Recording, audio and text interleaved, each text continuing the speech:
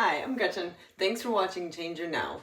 Positive solutions to get things done, get them done well, and get them done by ourselves because we don't have time to waste and we don't have money to spend. So today, the solution is making homemade granola. I know it's these simple things that I'm putting up here online, but of all the YouTube videos, I find the most useful to me are the ones that I can learn something from that are quick, easy, doable, and aren't going to take me all day to figure out. So this one is just going to be easy. I'm just giving you and showing you the ingredients that you need to purchase that will last you a few times of making granola.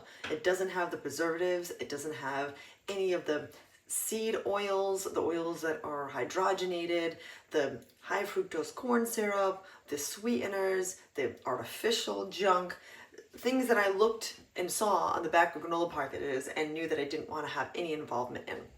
So the basics are, I will just turn the camera so you can see and I'll explain it really quickly. So you can grab anything that you like. Some people like certain nuts, some people like maybe like flax meal, which is what I have here. I've got chia seeds. I put them all in mason jars because I don't have to necessarily label them if I'm lazy. I do have a label maker. You can do that if you wish, but I can see right through the jar and I know exactly what I have, and they fit nicely in the cupboard as well as looking quite pleasing to the eye. So I also use a few different types of oils, and I use honey. You can use agave if you want. I typically will just either use the honey or agave. And then the next thing, I just blend the oatmeal with a little bit of coconut oil that I heat up. And then I put olive oil in as well because it gives it a salty, savory taste. And then after that, I'll layer with the honey. So what I'm going to do is I'm going to put everything into a bowl, and I'm just going to show you really quick. I'll probably fast forward this part because you don't necessarily have to watch me doing this, but I'll show you just how easy it is. It literally takes probably 6 minutes to cook, and then I have granola for our yogurt that lasts about a week. You can make either a bigger batch or a smaller batch, bigger pan, smaller pan, however much you feel like making, but it is so easy and simple, no preservatives, very healthy. What I also use is, you're going to want a silicone mat. These are a lifesaver. It will not stick to anything that you put on there. Everything just scrapes right off. You don't have to use any oil to put on the bottom so it doesn't stick, because again, those oils typically that they sell you that are sprays are not good unless you use this avocado oil spray, and I only use that on the top just to give it an extra coating.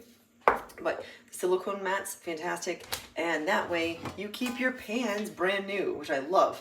I don't really like to get my pans all scratched up and nasty, and this has been the solution. I put the silicone mat on, and I can either bake cookies, anything that I typically would have needed to flour and put like Pam or anything on there. Well, I don't do that anymore. I use the silicone, and they just end up being so easy to clean. You wipe it off, your pan hardly needs to be washed at all, saves you time, and you get as much out of your baked goods as possible without things sticking to the pan and you wasting the ingredients. All right, so now I'm going to be putting it together. I normally just use, ooh, that was loud, sorry. I just use the mixing bowls. It ends up being pretty easy, but I just pour in a little bit of oatmeal. Let me just stop this for 1 second. I'm just gonna make sure all is good. So we're gonna be putting all the ingredients in a big mixing bowl. I find that's the easiest way to do it, so it's equally dispersed and it's just really quite simple. I put the honey usually in just a little bit in the mix, and then I drizzle that over at the end. And I might, as I stir it up one time and it's in the oven, I might drizzle a little bit more honey on. It depends just how sweet you want it. So what we're gonna do, we're just gonna put oatmeal in here. It's about as much oatmeal as I can fit on this pan. I do have one that's a little bit bigger, but I only feel like filling up maybe 1 mason jar full of granola, which is the normal size. This one is about 3.5 cups. These work out really well.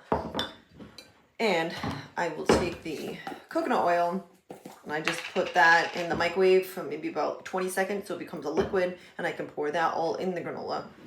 I will do that in a second. I'm gonna blend in some olive oil, which I really love. I use that even in brownies. I find that with the olive oil, because it has just a little bit of a salty but rich taste. You wouldn't think that it would be good in baked goods, but it really is. And of course, much healthier, and it has a higher temperature that it burns at, so a little healthier than some of the other oils. So what you want is a wooden spoon, and I usually just stir that in, and I might put a little more olive oil in, and I'll add a little of the coconut oil once I melt that. The other ingredients, now you can put so many options in here, but I found the basics that cook well in the oven and don't burn are sunflower seeds, salted or unsalted. Many times I just do the unsalted because the ones that have salt are way too pungent, way too much salt in them, I found. And this is the flax meal. It's ground up already, so it's really easy and it blends. So you've got something that's high fiber, that has the good fats, and the walnuts. How many times did I do with these? I will cut them on the cutting board first before putting them in because I still get the whole walnuts. They're a little cheaper that way. Now I've got the pepitas or the pumpkin seeds, very high in protein, very good for you. I put those in. And then these are the chia seeds. I'm about out of a couple ingredients, but they have lasted for quite a while. The chia seeds, especially the package you get them in, normally the package is quite a decent size, and you're not going to put too many of these things in here, but they'll last you quite a few granola batches. So I mix it as I go along, and I do not have many almonds, that's for sure, so I'll have to get more sliced almonds. I prefer the sliced almonds. Those go really well in here. The other thing that I don't have, we'll have to put it on the list, is coconut, just organic coconut. That's excellent in granola. What I don't put in, and I learned burns very quickly and becomes rock hard, are golden raisins, regular raisins, and cranberries. And just any kind of a fruit, it seems to really not do well when you put it in the oven. It burns, and once it's in the granola, it gets so hard, it breaks your teeth when you're trying to eat it. So I don't do that, but you can put dates as well. Dates are really good. I just don't happen to have that right now.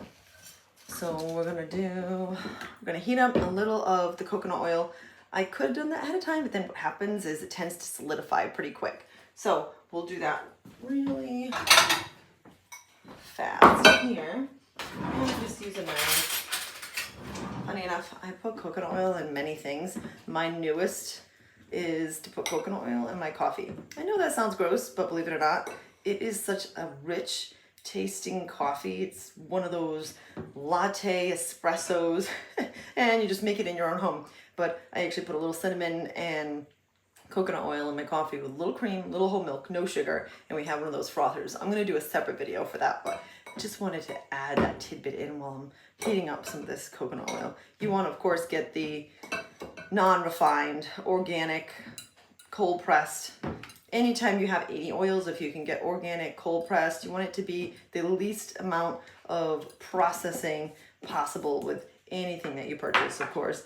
I never really saw too much of a difference or realized the difference between organic and non-organic. I feel like when it comes to certain things, maybe there's not a big difference, but when you read the ingredients, and many things out there that have organic, usually the ingredients are much better as well. So leave it up to your discretion, but typically I found organic is better. So we're just gonna heat this up. Okay, so now we have our oil, and that should be good to go. I mean, you can always put in a little more if you want. Sometimes I'll even get the spatula because I do prefer to get everything out so I'm not wasting. So a little more oil in there. I just use the spatula so we are getting all the ingredients possible. And I'm hoping we should have enough olive oil in here. What I will do is once I spread it on the pan, I'm gonna put a little honey to mix it up. You don't really have to do it ahead of time because sometimes it tends to stick together, but all right, so we're gonna move these and bring in the pan with the awesome non-stick silicone mat.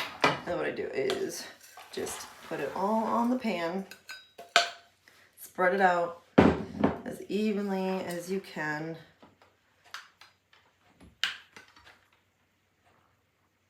There we go.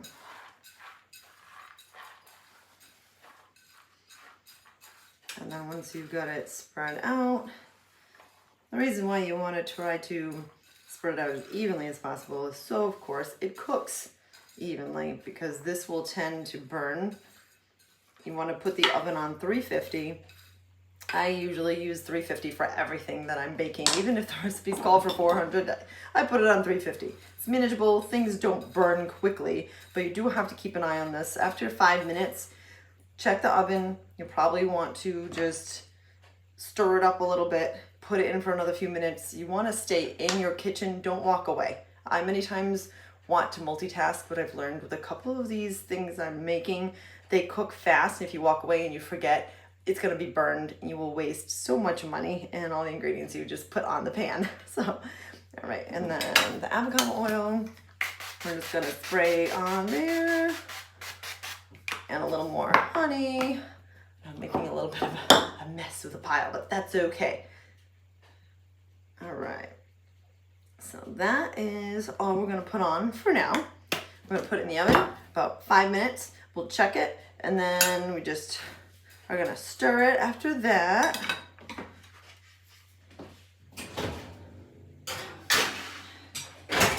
Set the timer to 5 minutes. All right, it's been about 5 minutes. I put all the other ingredients away, as you can see. The only ones I've left out are the avocado oil and the honey. We're gonna put a little refresh on there once we take it out after the 5 minute period.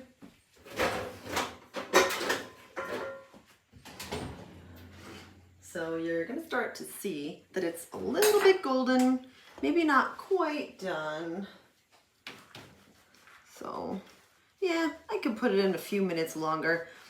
I like it to be a little crispy. It's all your preference, of course, but if you like it to be a little browned, I love when the bottom gets solidified with some of the honey. It just tastes so good. It's a little toasty, but I'll put a little more honey on, or like I said, you could use agave. Even maple syrup is really good, but I use the fresh maple syrup, the all natural, which is excellent. And then just a little more of the avocado oil. You could also use your olive oil sprayer, which I did have one of those, but it always used to clog, so I ended up getting rid of it. I will probably be getting another one because the oil sprayers in general, the ones that are healthier, are just so easy. Instead of having to pour it and then only some of it gets the oil on there. All right, so I'm gonna put that in for maybe another 4 minutes.